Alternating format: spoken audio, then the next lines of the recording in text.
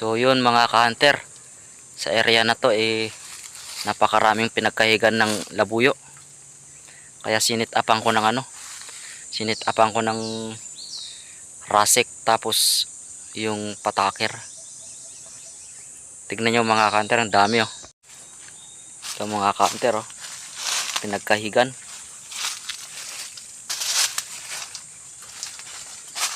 Oh. Dami niyan mga ka-hunter, pinagkahigan hanggang dun. Kaya sinit-upan ko, ito yung pataker mga ka-hunter. Hindi nga lang halata.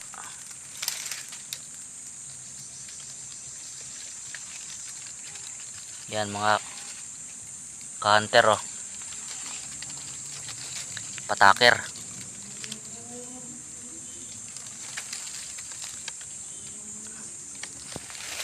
Sa bandang itaas naman, doon yung rasik. Pero nandito pa yung isa kong pataker.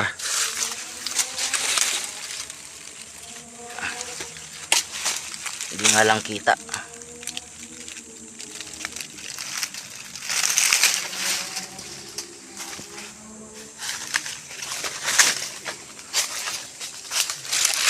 Nandito naman yung rasik mga ka-hunter.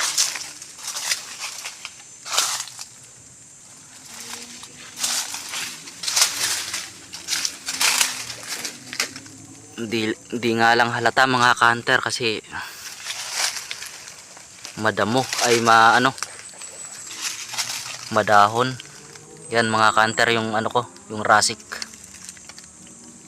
Halos hindi pansin.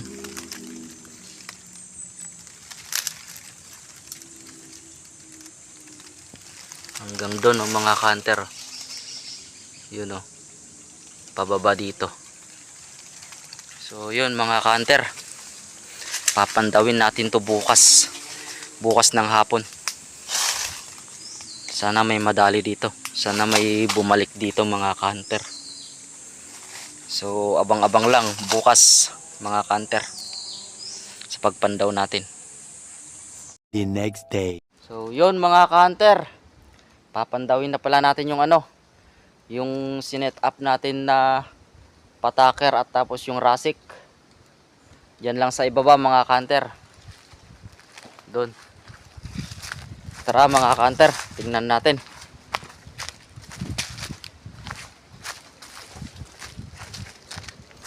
Dami kasing pinagkahigan dito mga ka-hunter.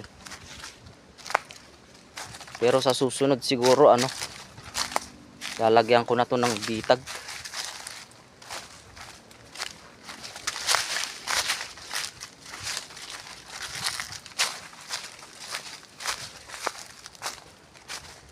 A few moments later. Ito na nga mga ka-hunter. Pero wala pa rin nadali.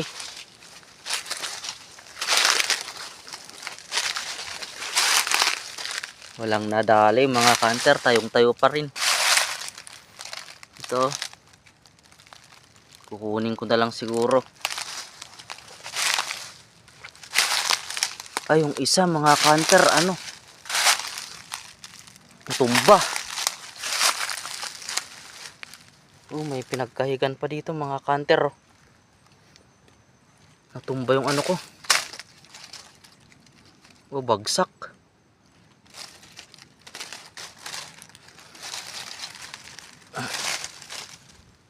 Ay, naputol mga ka-hunter. Oh no!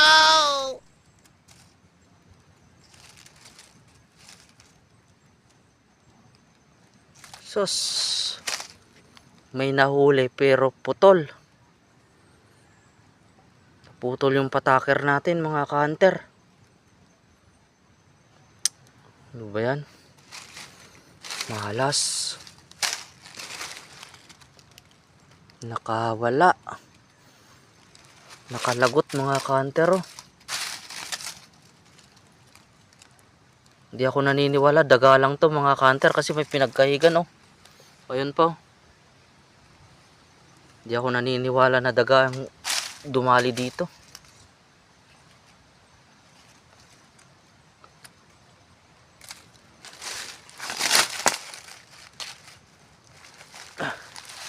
Tignan natin sa ano mga kanter. Sa rasik.